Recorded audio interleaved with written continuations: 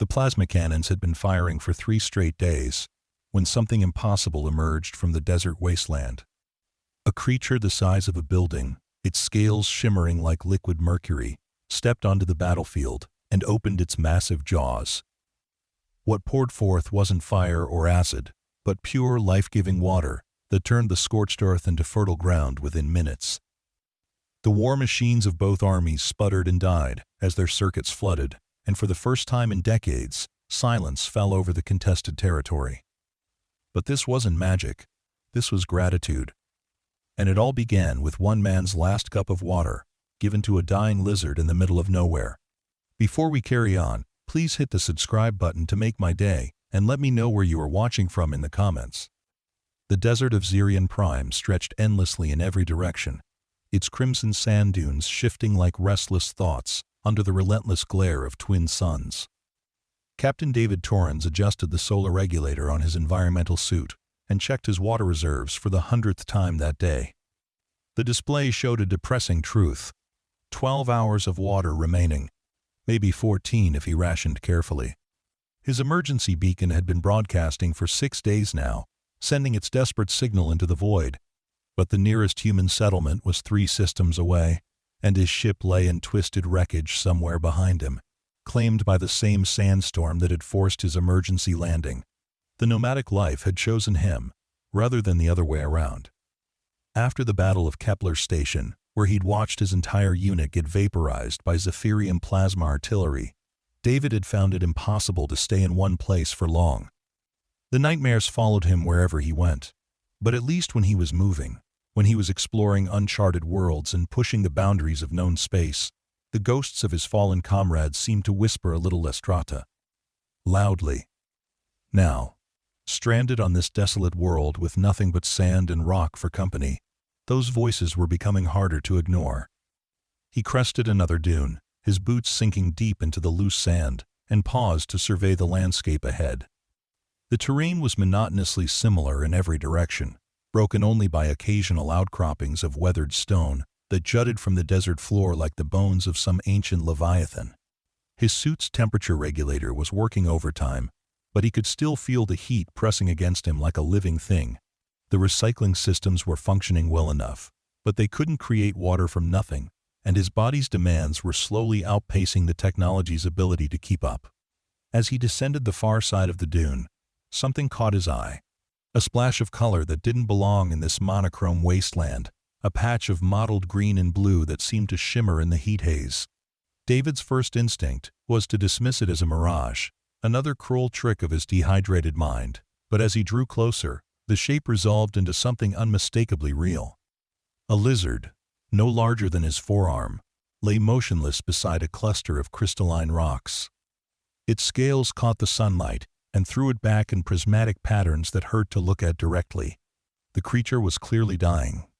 Its flanks rose and fell in rapid, shallow breaths, and its long tongue hung limply from its mouth, dark and swollen. David knelt beside it, careful not to cast a shadow that might startle the animal if it still had fight left in it.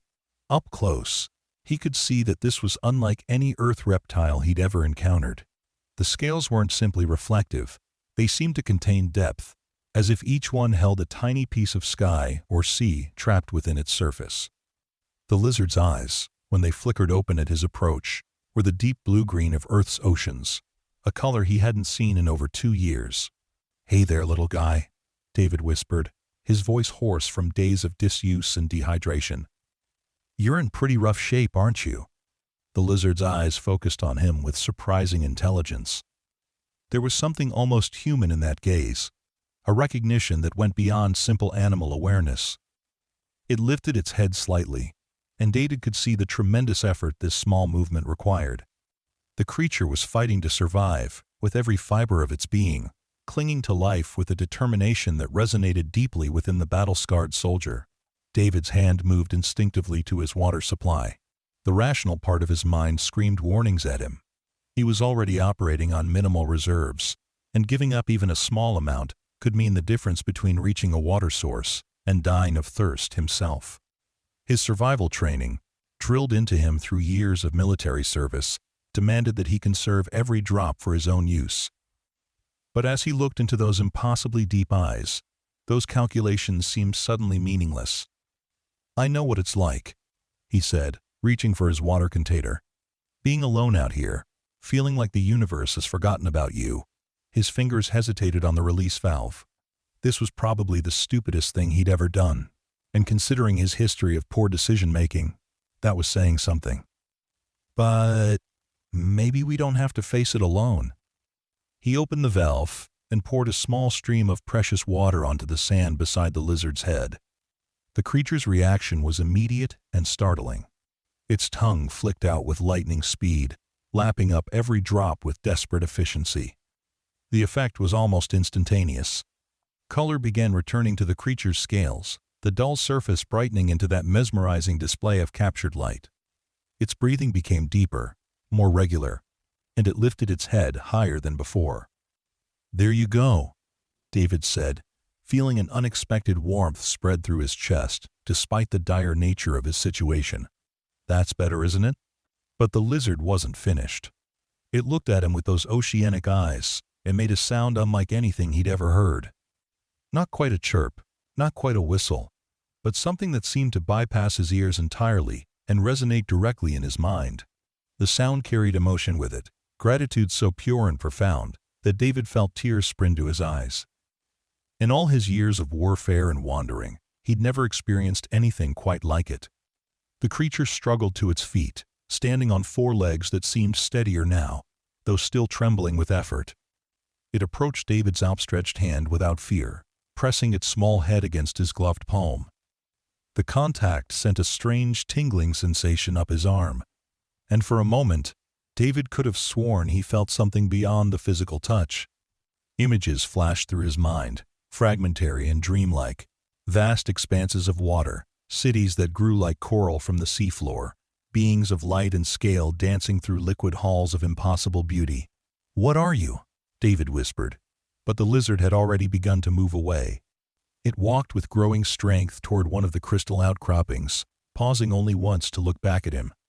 Again, that strange sound filled his mind, carrying with it a message he felt rather than understood. The creature was saying goodbye, but it was also promising something more, something that his rational mind rejected, but his heart accepted without question.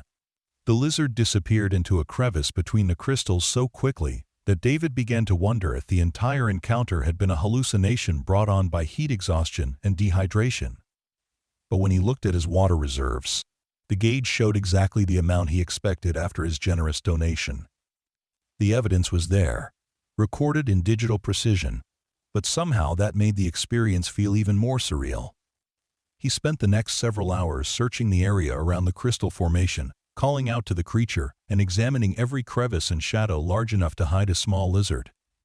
But the desert had swallowed his new friend as completely as if it had never existed. Eventually, pragmatism won out over curiosity, and David resumed his westward trek toward what his suit's scanners suggested might be higher ground, possibly even a water source. 3 days later, his water ran out completely. David had pushed his rationing to the absolute limit, taking only sips when his body's demands became overwhelming, but eventually, even the recycling systems couldn't keep up with his needs. He found himself stumbling through the desert in the early morning hours, when the temperature was merely unbearable rather than lethal, his vision blurring and his thoughts becoming increasingly disjointed. It was then that the search and rescue team found him. The lead pilot later said they'd been drawn to his location by an unusual energy signature that their instruments couldn't quite identify, something that registered as both organic and technological at the same time. David was barely conscious when they loaded him into their medical transport, mumbling about lizards and promises and eyes like oceans. The rescue team assumed it was delirium, a common symptom of severe dehydration, and by the time David recovered enough to speak coherently, he'd decided that perhaps they were right. The incident report listed him as a sole survivor of a navigation malfunction and emergency landing, rescued after 8 days in the desert with no significant encounters with indigenous life forms. David didn't correct the record. Who would believe him anyway? He'd given his last water to a dying lizard that had somehow communicated with him telepathically and then vanished into a crystal formation. It sounded like the ravings of a heat-stroked mind even to him. But sometimes, in the quiet moments between missions, he would remember those oceanic eyes and wonder. 7 years passed, and David's reputation as a reliable freelance pilot grew throughout the outer colonies. He specialized in difficult runs, the kind of jobs that required someone willing to take risks and think creatively when things went wrong. His experience on Zirion Prime had taught him valuable lessons about survival and resourcefulness, though he rarely spoke of those 8 days to anyone. The Lizard became a private memory, filed away with all the other strange experiences that accumulated over a lifetime of traveling through uncharted space. The war between the Terran Federation and the Zephyrian Empire had been escalating for nearly 3 years when David received a contract that would change everything. The offer came through encrypted channels, bearing the seal of the Colonial Defense Force, and the payment was substantial enough to make him suspicious. High-paying government contracts usually meant high-risk missions, and David had made it a policy to be extremely selective about which risks he was willing to take. The briefing was held on Titan Station, a massive orbital platform that served as the Federation's primary military staging area in the Outer Rim. Admiral Sarah Kane, a woman whose reputation for tactical brilliance was matched only by her reputation for ruthless efficiency, outlined the mission parameters with clinical precision. A critical supply convoy bound for the besieged colony of New Brisbane had been intercepted by Zephyrian forces and was now stranded on Kepler 4042b, a desert world that served as a neutral buffer zone between the two empires. The convoy is carrying medical supplies, water purification equipment, and emergency rations for 15,000 civilians, Admiral Kane explained, her ice-blue eyes fixed on David with unsettling intensity. New Brisbane's defensive grade is holding, but they're running out of everything else. Without those supplies, we're looking at a humanitarian catastrophe within the week. David studied the tactical display that showed Kepler 442b's planetary surface. The world was largely desert, broken by mountain ranges and a few scattered oasis settlements. The convoy had taken refuge in a box canyon approximately 50 kilometers from the planet's single spaceport, which was currently under Zephyrian control. The enemy had positioned artillery units at strategic points around the canyon, creating a kill zone that made conventional rescue operations impossible. "What makes you think I can succeed where your military can't?" David asked, though he suspected he already knew the answer. "Because you're not military," Kane replied.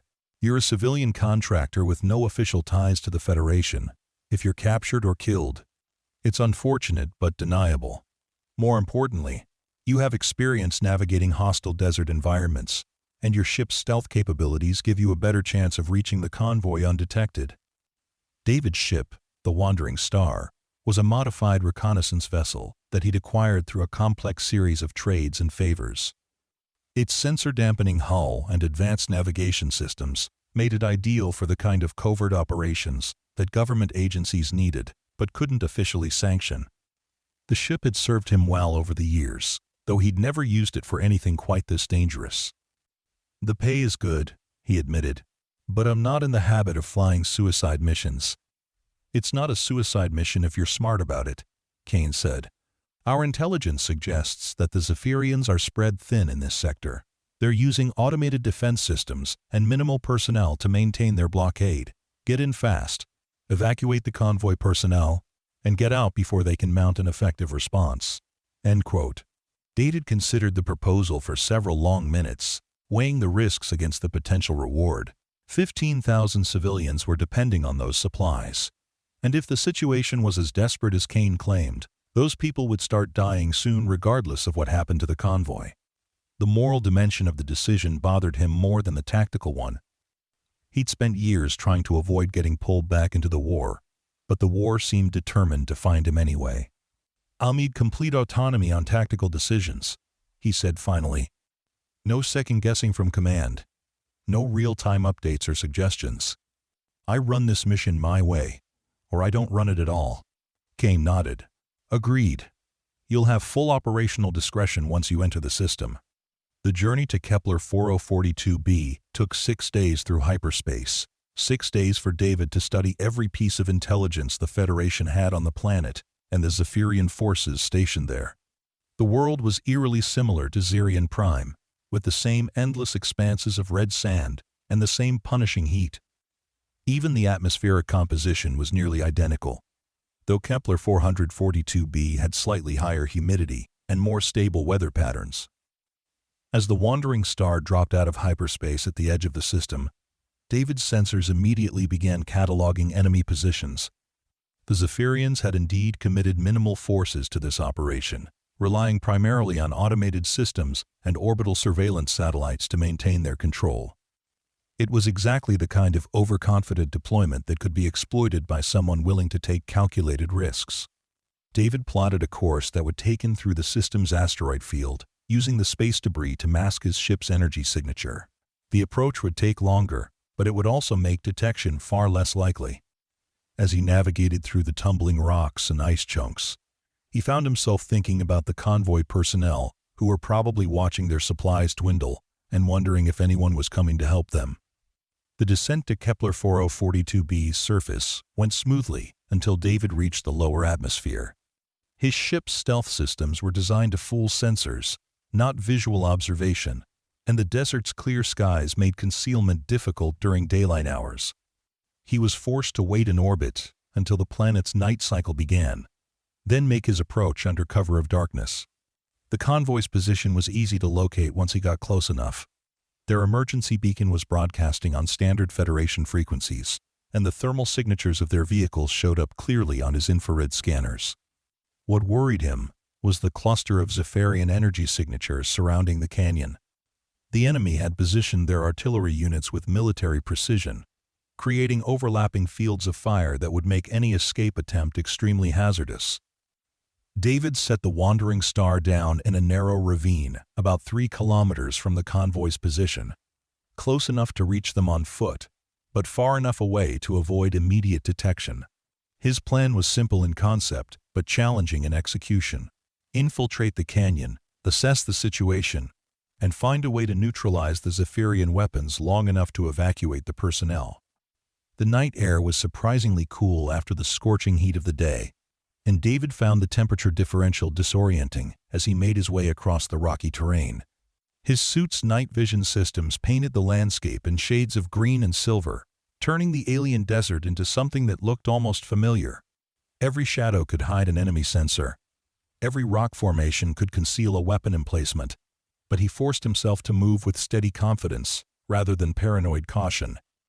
The convoy had taken shelter in a natural depression surrounded by high stone walls, a defensively sound position that had unfortunately become a trap when the Zephyrians surrounded them. David counted 12 vehicles of various sizes, from heavily armored personnel carriers to massive cargo haulers designed for moving bulk supplies. Most showed signs of combat damage, scorched armor plating and shattered viewports that testified to the running battle that had brought them to this place. He made contact with Convoy Commander Lieutenant Sarah Chen through encrypted radio channels, keeping his transmission brief and coded to avoid Zephyrian interception. Chen's relief was audible even through the digital encryption, and she quickly outlined their tactical situation. 43 personnel, 12 operational vehicles, enough food and water for perhaps 2 more days. The Zephyrians had been probing their defenses with small drone attacks, testing their response capabilities and wearing down their ammunition reserves. "We've tried breaking out twice," Chen reported. "Lost 6 people the first time, 4 the second. Their artillery has every exit covered, and they've got overlapping sensor networks that make stealth approaches impossible." David studied the canyon walls through his suit's optical enhancers, looking for potential climbing routes or alternate escape paths. The stone was weathered sandstone, riddled with cracks and ledges that might support human weight, but the Zephyrians would certainly have considered that possibility when positioning their sensors. Any conventional escape attempt would likely end in disaster. "What about their automated systems?" David asked. "Any patterns in their patrol schedules or sensor sweeps?" "They rotate every 4 hours, Chen replied. 3-minute gaps in coverage when the systems reset, but it's not enough time to move 43 people to safety. David was beginning to see why the Federation had been reluctant to attempt a military rescue. The tactical situation was genuinely hopeless, using conventional approaches. The convoy was trapped in a killing ground with no safe exit routes, facing an enemy that could afford to wait while their supplies ran out. Any rescue attempt would require either overwhelming force or something completely unexpected. As he lay on his stomach behind a boulder, studying the enemy positions through his rifle scope, David became aware of a strange sensation. It started as a tingling in his extremities, similar to what he'd felt when the lizard touched his hand 7 years ago. The feeling grew stronger, accompanied by a sound that seemed to come from inside his head rather than through his ears. It was the same melodic whistling he remembered from Zirian Prime, but deeper now, more complex, carrying harmonics that resonated in his bones. He turned his head slowly, scanning the area around his position, and froze. 30 meters away, perched on a ledge of red sandstone, was a lizard. But this wasn't the small, dying creature he'd helped years ago. This lizard was the size of a large dog, its scales gleaming with internal light that made it visible even in the darkness. As David watched, it lifted its head and fixed him with eyes that held all the depth of Earth's oceans. Recognition hit him like a physical blow. The proportions were different, the size was impossible, but those eyes were unmistakable. Somehow, against all logic and probability, his small friend from Zirian Prime had found him again. The creature made that same musical sound, and David felt emotions that weren't entirely his own, flooding through his consciousness. Joy, gratitude, determination, and something else, something that felt like preparation for a great undertaking. The lizard began to move, not away from the human this time, but toward the canyon where the convoy sheltered. Its movements were fluid and purposeful, and David noticed that its footsteps made no sound on the rocky ground. When it reached the edge of the canyon wall, it paused and looked back at him. The message was clear: "Follow me." David had made many questionable decisions in his life, but following a telepathic lizard into a war zone might have been the most questionable yet. However, his conventional options were limited to non-existent, and there was something about the creature's presence that inspired confidence rather than fear. He gathered his equipment and began following the lizard along the canyon rim, staying low to avoid the Zephyrian sensors. The creature led him to a section of the canyon wall that looked identical to every other section, a sheer drop of weathered stone broken by occasional ledges and crevices. But as David watched, the lizard began to descend the wall with impossible grace, its claws finding purchase on surfaces that looked completely smooth. More importantly, as it moved, the creature's scales began to glow more brightly, casting enough light to reveal handholds and footholds that had been invisible in the darkness. David began his own descent, following the path the lizard illuminated. The climb was treacherous, requiring every bit of his training and experience, but the creature's guidance made it possible. Whenever he hesitated, unsure of the next move, the lizard would pause and direct a beam of bioluminescent light toward the safest route. It was as if the creature understood not just where they needed to go, but the limitations of human physiology and climbing ability. They reached the canyon floor without triggering any alarms, and David found himself standing beside the convoy's defensive perimeter. The vehicles were arranged in a rough circle, their weapon systems pointing outward toward the canyon walls where Zephyrian sensors waited. Lieutenant Chen emerged from behind one of the personnel carriers, her weapon raised until she recognized David's Federation uniform. "How did you get down here without setting off their sensors?" she whispered, her eyes wide with disbelief. David gestured toward the lizard, which was now sitting calmly beside him like an oversized pet. "I had help."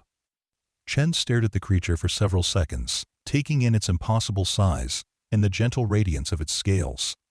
"Is that thing friendly?" "More than friendly," David replied. "I think it's here to help us, though I'm not entirely sure how."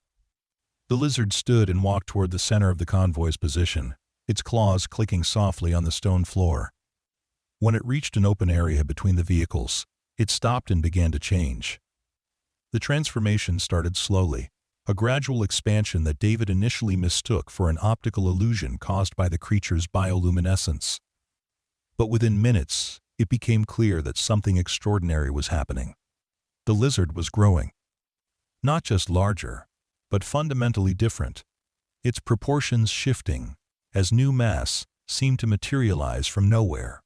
Its legs became thicker, more powerful, capable of supporting a body that was rapidly reaching the size of the cargo haulers around it.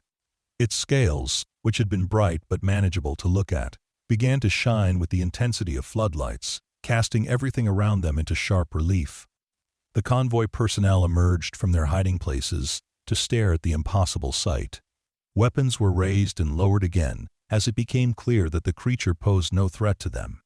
Instead, it seemed to be preparing for something, gathering energy or power for some purpose that remained mysterious. When the transformation was complete, the lizard had become something that defied easy categorization. It retained the basic reptilian form, but stood nearly 4 meters tall at the shoulder, its body stretching 12 meters from nose to tail. Its scales had evolved from simple bioluminescence to something approaching controlled plasma, each one glowing with contained energy that made the air around it shimmer with heat distortion. But the most remarkable change was in its eyes. They had grown proportionally with the rest of its body, but they held depths that seemed infinite, as if looking into them was like staring into the heart of creation itself. When the creature looked at David, he felt that same sense of communication that had occurred on Zirian Prime, but amplified beyond anything he'd experienced before. Images flooded his mind, not the fragmentary glimpses he'd received years ago, but complete detailed visions. He saw the creature's homeworld, an ocean planet where beings like this one lived in vast underwater cities, their civilization based on harmony between technology and biology. He saw the war that had driven them from their world, a conflict with machine intelligences that had left their oceans poisoned and their cities in ruins. He saw the long exodus that had scattered his species across the galaxy, searching for new homes and new purposes. And he saw the moment of connection that had bound the creature to him.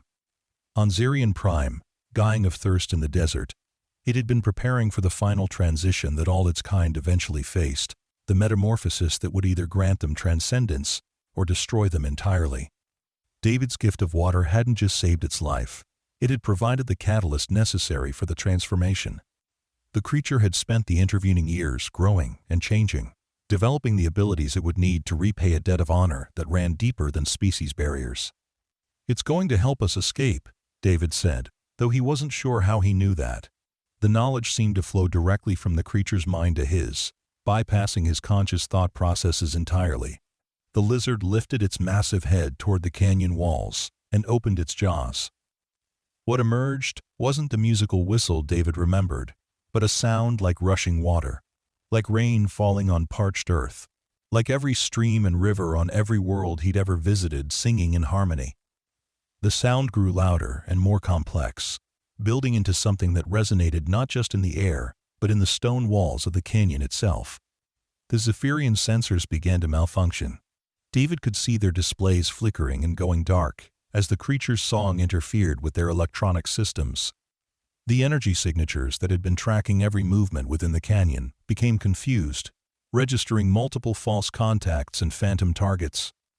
Within minutes, the automated defense network that had kept the convoy trapped was reduced to electronic chaos. But the lizard wasn't finished. As its song continued, David noticed moisture beginning to condense in the air around them.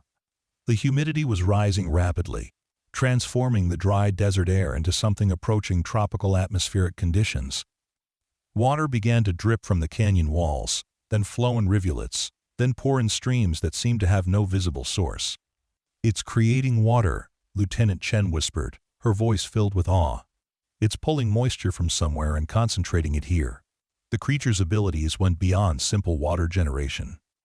As the streams multiplied and converged, they began to form patterns on the canyon floor, flowing not according to gravity, but according to some design that existed in the lizard's mind.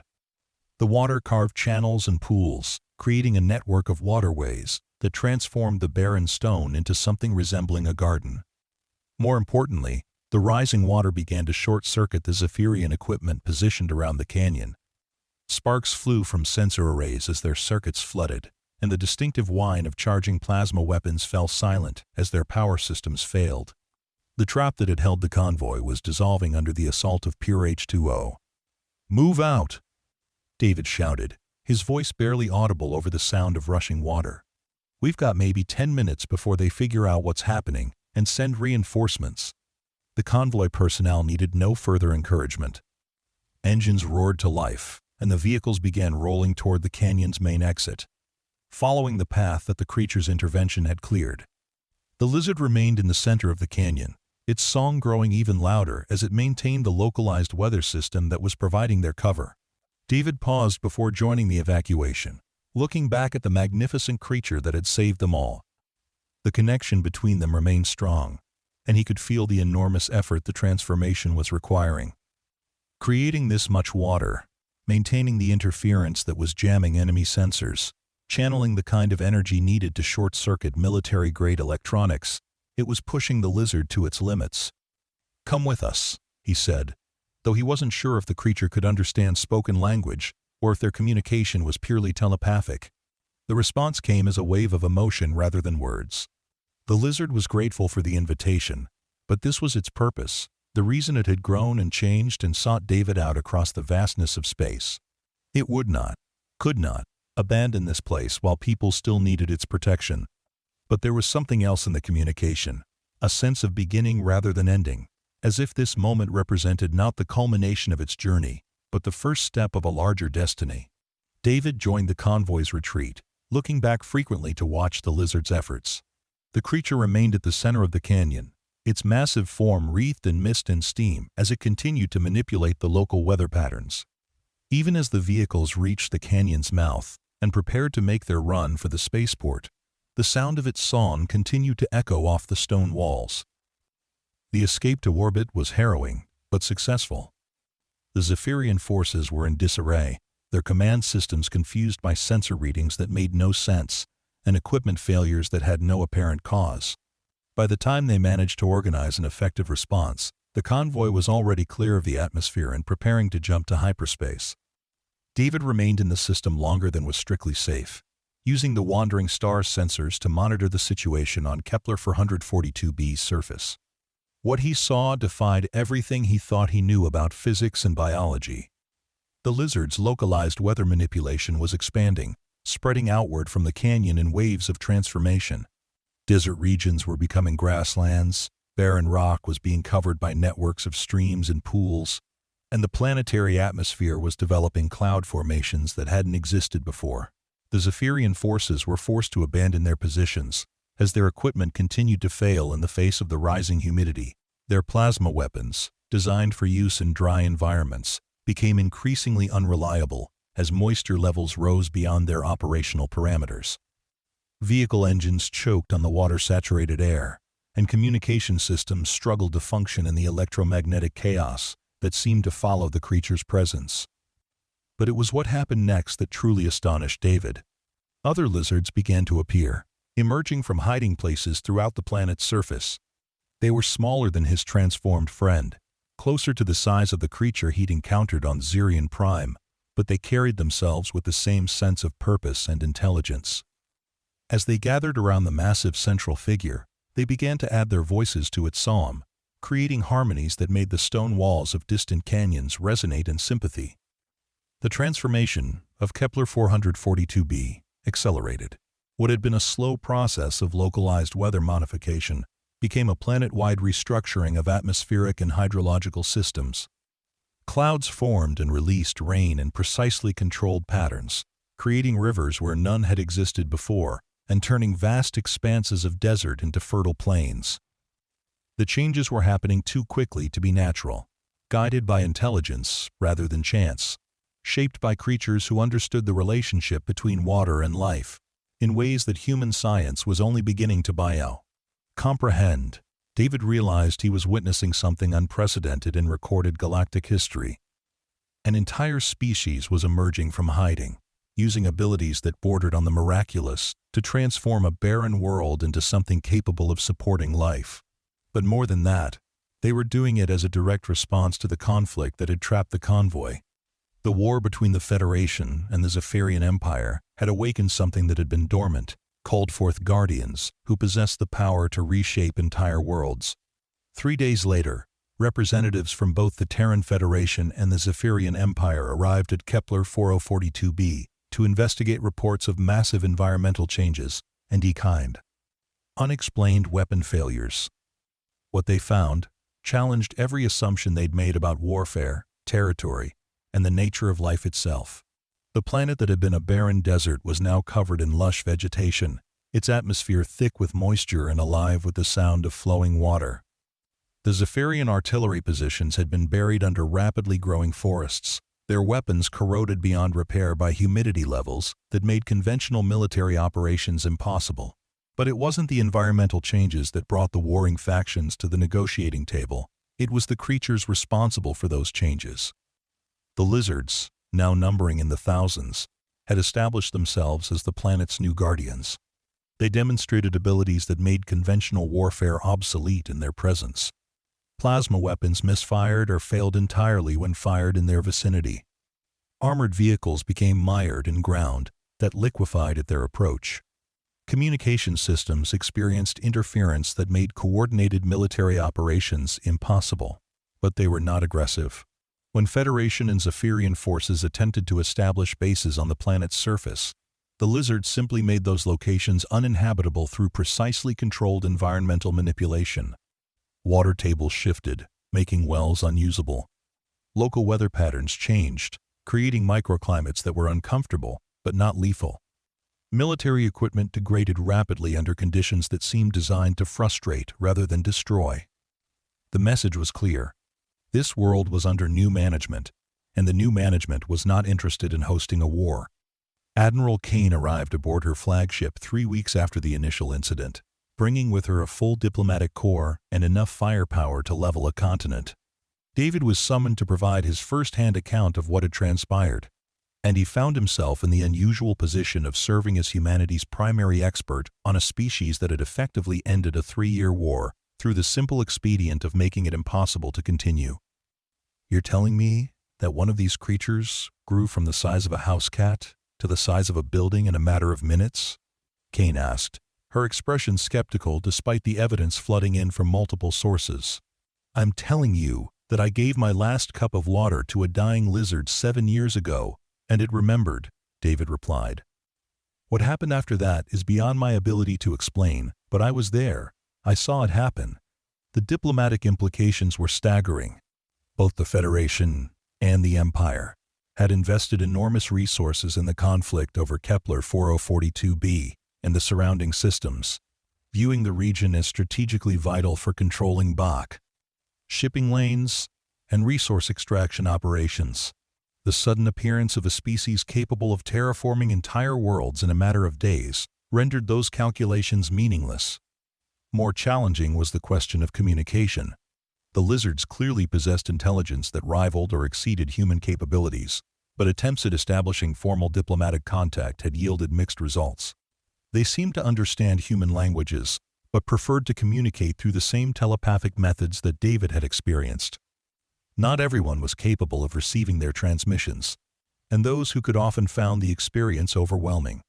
David found himself serving as an unofficial ambassador, one of the few humans capable of maintaining coherent communication with the creatures. Through him, the lizards' position became clear. They claimed no territory and demanded no tribute, but they would not permit warfare in their presence. Any military force that attempted to engage in combat operations near their communities would find their equipment mysteriously malfunctioning and their personnel experiencing increasingly inconvenient environmental conditions. The implications extended far beyond a single star system. Intelligence reports began flooding in from across the galaxy, describing similar creatures appearing on worlds throughout both Federation and Zephyrian space. They seemed particularly drawn to planets that were experiencing environmental degradation or serving as battlegrounds for the ongoing war. In every case, their arrival was followed by rapid ecological restoration and the mysterious failure of military equipment. The war didn't end with a peace treaty or a negotiated settlement. It simply became impossible to continue. Plasma weapons stopped firing. Spacecraft engines developed inexplicable problems when carrying military personnel, and communication systems experienced interference whenever battle plans were being transmitted. Both sides found themselves forced to withdraw from contested territories as their ability to project military power gradually degraded. The process took 18 months, but by the end of that period, active hostilities between the Federation and the Empire had effectively ceased. not because either side had achieved victory or negotiated a peace, but because the very concept of large-scale warfare had become technologically obsolete in the presence of the lizards. David found himself at the center of the most significant diplomatic development in galactic history. The creatures, who had begun calling themselves the Verdant Collective through their telepathic communications, were willing to work with both human and Zephyrian governments, but only under specific conditions. They would assist in terraforming barren worlds and restoring damaged ecosystems, but they would not tolerate the militarization of any system where they established communities. The transformation went beyond simple environmental engineering. Worlds that had been strip-mined for resources began showing signs of geological regeneration.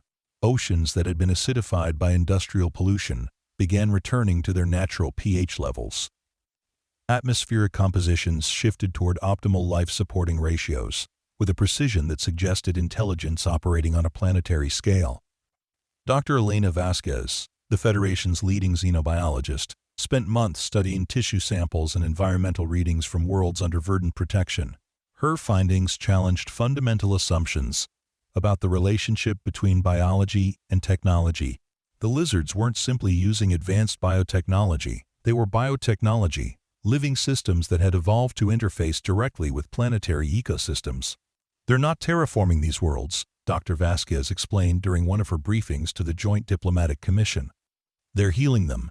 Each individual creature serves as a biological node in a distributed network that can monitor and adjust environmental conditions across an entire planet.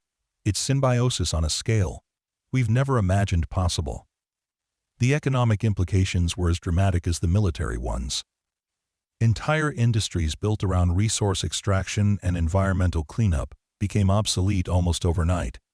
Worlds that had been written off as uninhabitable became prime real estate under verdant stewardship. Trade routes that had been contested for decades became safe passages through space that seemed to actively encourage peaceful commerce while discouraging military buildup. David's role evolved from pilot to translator to something approaching a prophet of a new age. The lizards seemed to have chosen him as their primary human contact, and through him, they communicated their vision for the galaxy's future. It wasn't conquest or domination, but collaboration, a partnership between organic intelligence and the natural systems that sustained life throughout the cosmos. The creature that had grown from his small friend on Zirion Prime had become something approaching a deity in its power and influence. Now, calling itself the First Awakened, it had established its primary residence on Kepler 4042b, which had become a pilgrimage site for beings from across the galaxy seeking to understand the Baya. New reality. The planet's transformation was complete, its surface covered in forests and grasslands that seemed to glow with internal light, its oceans teeming with life forms that existed nowhere else in known space. When David returned to visit the world where it had all begun, he found it almost unrecognizable. The canyon where the convoy had sheltered was now the center of a vast garden, with streams of crystal-clear water flowing from springs that seemed to emerge directly from the living rock. The First Awakened had grown even larger, its body now spanning nearly 30 meters in length, its scales having evolved into something that looked more like liquid starlight than biological tissue. Their reunion was wordless but profound. The connection between them had deepened over the years, strengthened by the creature's increasing mastery of its telepathic abilities. David found himself experiencing memories that weren't his own, feeling emotions that belonged to an intelligence so vast and ancient that human consciousness could barely comprehend its scope. He saw the birth of the universe through the creature's ancestral memories, witnessed the formation of the first planets and the emergence of life from primordial oceans. He experienced the joy of civilizations discovering harmony with their environments and the anguish of worlds destroyed by their inhabitants, failure to understand the delicate balance that sustained all life. But most importantly, he saw the future that the Verdant Collective was working to create. A galaxy where every world teemed with life, where technology and biology worked in perfect harmony, where conflicts were resolved through understanding rather than violence. It was a vision of such beauty and hope that David found himself weeping without shame, overwhelmed by the magnitude of what was being offered to the species of the galaxy. The transformation wasn't without its challenges. There were those on both sides of the former conflict who viewed the Verdant intervention as an invasion, rather than a liberation.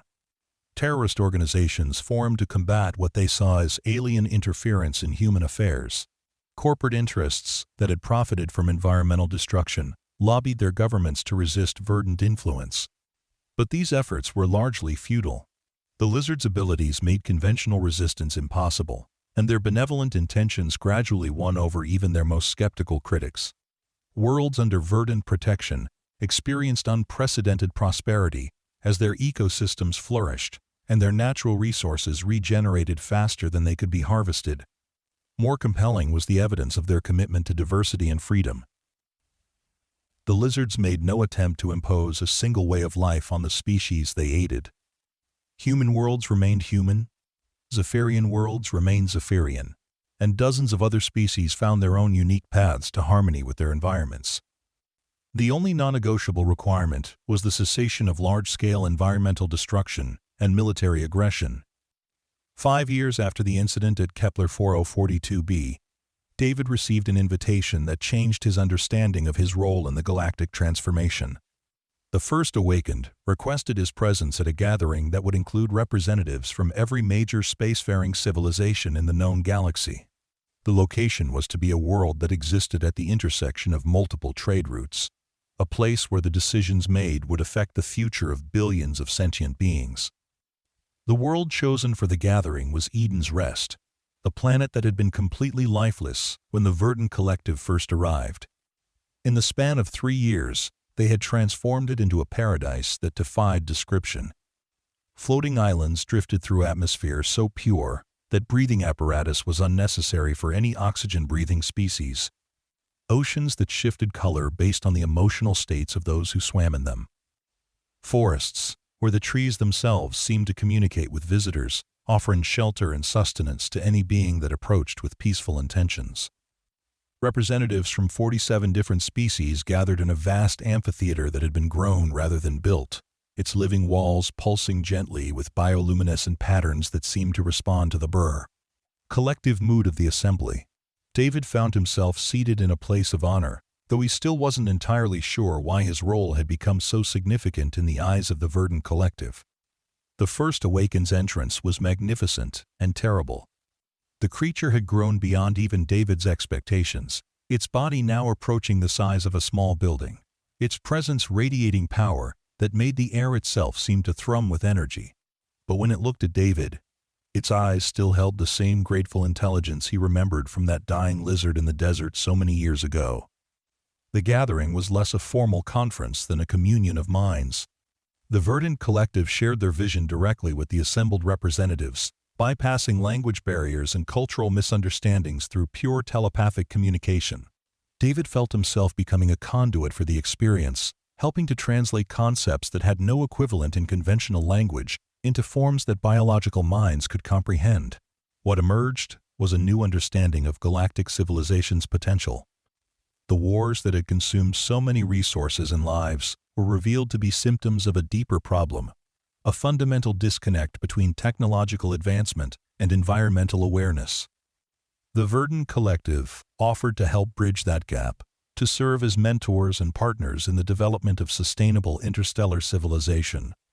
The formal agreements that emerged from the gathering were unlike any treaties in galactic history.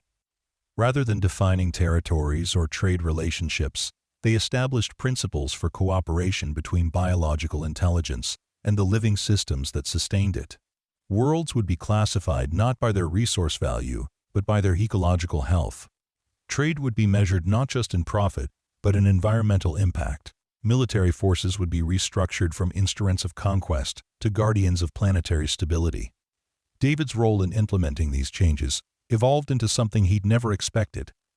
He became the first human member of the Verdant Collective's Galactic Coordination Council, serving as a bridge between his own species and the lizards whose intervention had reshaped the galaxy. It was a position that required him to travel constantly, mediating disputes and helping new worlds adapt to the reality of verdant stewardship. The work was challenging, but deeply rewarding. He watched barren asteroids bloom into garden worlds capable of supporting millions of inhabitants. He witnessed the resurrection of ecosystems that had been destroyed by industrial pollution. he saw species that had been on the brink of extinction recover and thrive under verdant protection. But perhaps most importantly, he saw the gradual emergence of a new kind of consciousness among the galaxy's sentient species. The constant threat of warfare was being replaced by a growing awareness of interconnectedness, a recognition that the health of one world affected the stability of entire star systems. The lizard's example was inspiring other species to develop their own methods of environmental harmony, creating a cascade of positive change that spread far beyond the worlds under direct verdant influence. 10 years after that first encounter on Zirion Prime, David stood once again on the transformed surface of Kepler 4042b, watching the first awakened tend to a grove of trees that seemed to be made of crystallized music. The creature's abilities had evolved beyond simple environmental manipulation to something approaching pure creation. The ability to bring into existence life forms that had never existed before, but were perfectly adapted to their intended environments. "Do you ever regret it?" David asked through their telepathic link. "Giving up your original form? Taking on this responsibility for the entire galaxy?" The response came as a wave of contentment so profound that David felt his own worries dissolving in its warmth. The first awakened had no regrets, only gratitude for the opportunity to fulfill its species' true purpose. The transformation that had begun with a simple act of kindness in the desert had revealed the potential that had always existed within the verdant collective, the ability to serve as healers and guardians for the countless worlds that harbored life. More than that, the creature's growth had awakened others of its kind throughout the galaxy, calling them out of hiding and inspiring them to embrace their own potential for transformation. What had started as one lizard's response to a human's kindness had become a species-wide awakening, a renaissance of purpose that was reshaping the very nature of galactic civilization. David realized that his role in the story was both smaller and larger than he'd initially understood. He hadn't saved the galaxy through heroic action or brilliant strategy. He'd simply shown kindness to a creature in need, and that kindness had awakened something that had been waiting for the right moment to emerge. The water he'd given to a dying lizard had become the catalyst for transformation on a scale that encompassed entire star systems. As he prepared to leave Kepler 4042b for his next assignment, helping to establish verdant communities in the Outer Rim territories, David reflected on the strange turns his life had taken. The war that had defined his early years was now a historical footnote, remembered primarily as the conflict that had ended when warfare itself became obsolete.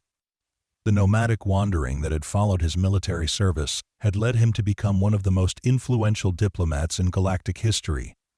But the most profound change was in his understanding of what it meant to be human in a universe teeming with intelligence. The lizards had shown him that kindness wasn't just a moral choice, but a practical necessity, that cooperation and mutual aid were the only sustainable approaches to life in a complex, interconnected cosmos. The last thing he saw before his ship lifted off was the first awakened's massive form silhouetted against Kepler 4042b's twin suns. Its scales reflecting the light in patterns that seemed to spell out messages of hope in languages that hadn't been invented yet. The creature that had grown from his small act of compassion was now large enough to reshape worlds, but it still carried within itself the memory of a dying lizard's gratitude for a stranger's kindness. As the wandering star entered hyperspace, carrying David toward his next destination in the continuing work of galactic transformation, he smiled at the irony of it all. He'd set out to be a wanderer, someone who moved through the universe without leaving lasting impacts. Instead, he'd become the catalyst for the most significant change in galactic history, all because he'd been willing to share his last cup of water with a creature that needed it more than he did. The war was over, ended not by armies or weapons, but by the simple recognition that life was too precious to waste on destruction. And somewhere in the vast network of transformed worlds that now stretched across known space, thousands of creatures that had once been small and vulnerable were growing into guardians and healers. Their evolution guided by the memory of kindness received and the desire to pass that kindness forward to others. David's story had become legend, told and retold across dozens of worlds and hundreds of species. But the lesson at its heart was elegantly simple.